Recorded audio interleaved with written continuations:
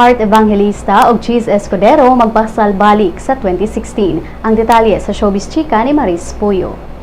Heart Evangelista ug Senator Francis Chiz Escudero gikumpirmar nga naglaraw silang magpakasal og usab sa sunod tuig. Sa usa ka radio interview, nagkanayon si Escudero nga dili kini full-blown wedding kundi pag-renew lang sa ilang vows. Matud niya nga gusto si Evangelista nga magkauban og dunay litrato nga kumpleto ang tanang pamilya, ilabi na lakip ang ilang mga ginikanan.